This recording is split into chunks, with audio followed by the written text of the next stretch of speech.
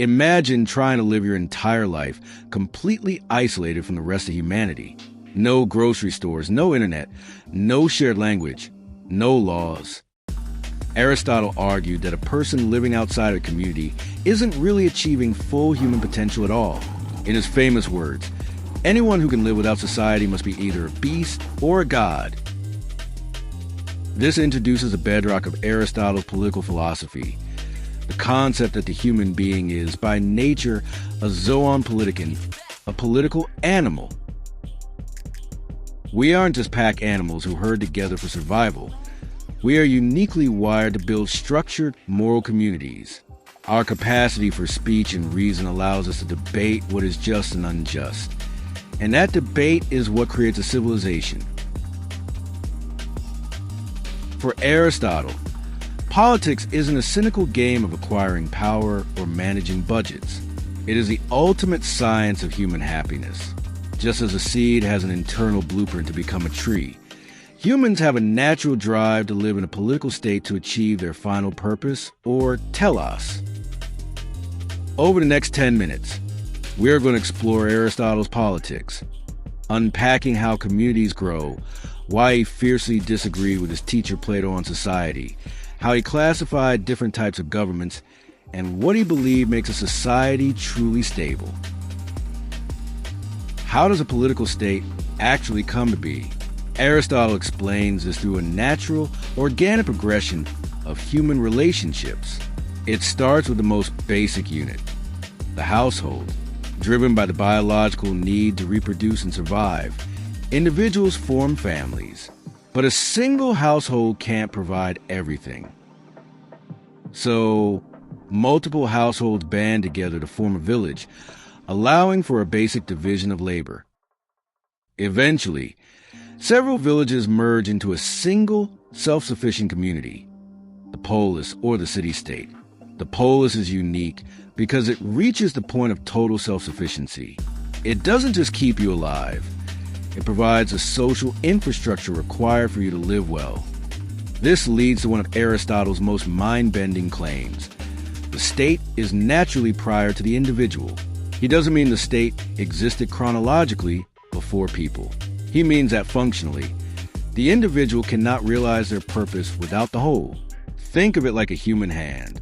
If you cut a hand off from a body, it can no longer perform its function. It is a hand in name only. Similarly, an isolated human cannot achieve virtue, justice, or true intellect without the laws and culture of the polis. The state completes us, because the polis is designed to complete human nature. Aristotle rejects the idea that a state is merely an insurance policy or a trade agreement. If a government only exists to prevent crime and protect economic trade, it's not a true state. It's just an alliance. The true purpose of the state is to cultivate virtue and eudaimonia, human flourishing, among its citizens. A good government structures its laws to actively teach people how to be brave, just, and wise. This is where Aristotle takes a massive detour from his mentor, Plato. In his book, The Republic, Plato argued for a radical form of communism among the ruling elite, suggesting that the ruling class should have no private property and no traditional families, raising all children communally to ensure absolute loyalty to state. Aristotle strongly disagrees. He argues that Plato's ideal state goes against human nature. When something belongs to everyone collectively, nobody takes care of it. Private property and families aren't obstacles to a good state. They are training grounds for virtue. Owning property allows citizens to practice generosity, and managing a household teaches responsibility. So, how should this virtuous state be governed? Aristotle analyzed over 150 real-world constitutions and categorized governments into 6 types based on 2 questions. Who rules? And in whose interest do they rule? Let's look at the true forms, where rulers govern for the common good of all citizens. When one person rules virtuously, it is a monarchy. When a select group of the best citizens rule, it is an aristocracy. When the majority of citizens rule under a constitutional framework, it is a polity. But when rulers stop caring about the public and start looking out only for themselves, these systems degrade into perverted forms. A monarchy degrades into a tyranny, where a single ruler exercises absolute selfish power.